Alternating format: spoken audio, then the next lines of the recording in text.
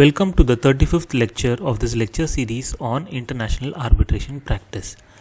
In this lecture, we begin chapter 3 on responding to invocation of arbitration and defenses.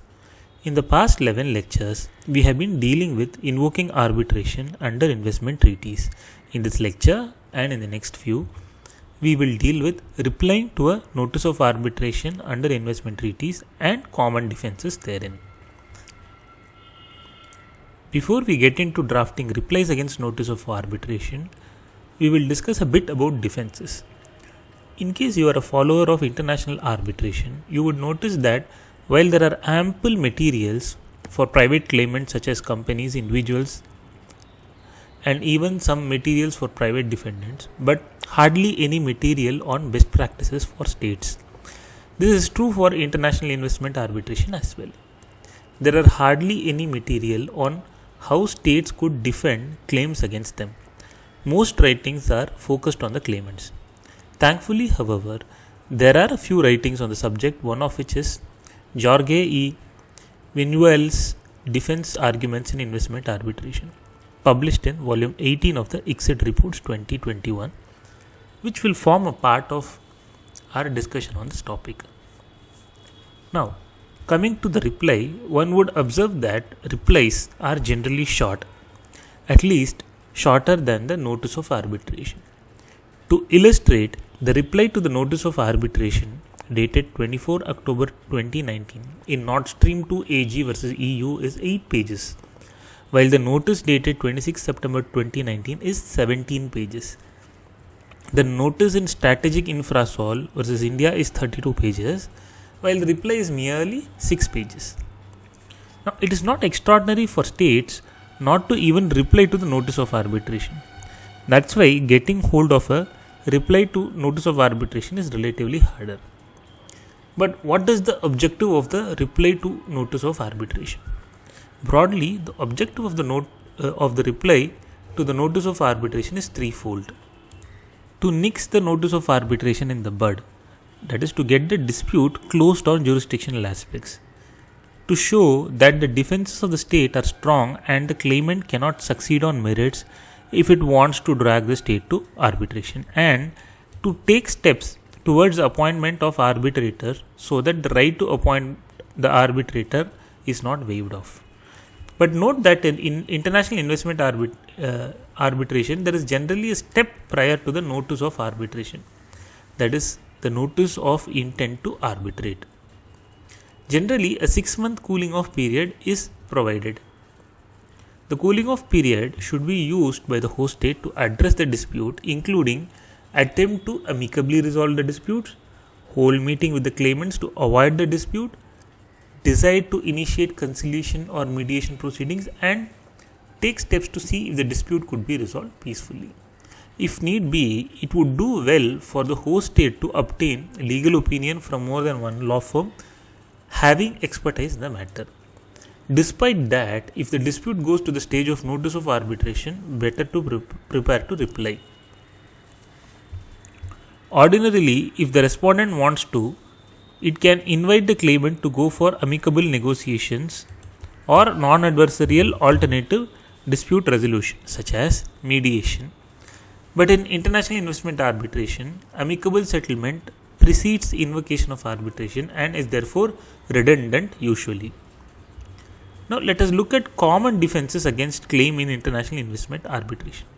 Broadly, defenses can be classified into jurisdictional defenses and, for want of better term, substantive defenses. The jurisdictional defenses are also called perimeter defenses.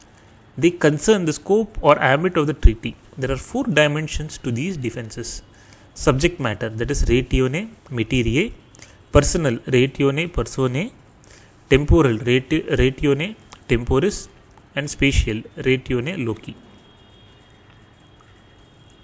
Ratione Materiae, a Latin phrase, literally refers to the nature of the matter. Ratione Materiae refers to the subject matter jurisdiction of the arbitral tribunal. In other words, the arbitral tribunal must be capable of dealing with the subject matter of the dispute raised. Investment treaties have a specific subject matter, that is investment disputes. Usually, this defense has four components: existence of a dispute is of a legal nature, there is an investment, and dispute arises directly out of that investment. Another dimension to the subject matter defense is that it has to be seen whether the treaty excludes certain subject matter from the ambit of protection. Take the case of India Mauritius BIT 1998, which stated in Article 11(3), the provisions of this agreement shall not in any way limit the right of either contracting party to apply prohibitions or restrictions of any kind or take any action which is directed to the protection of its essential security interests or the protection of public health or the prevention of diseases in pests and animals or plants. Another example is Article 21 of the Energy Charter Treaty, which excludes taxation measures.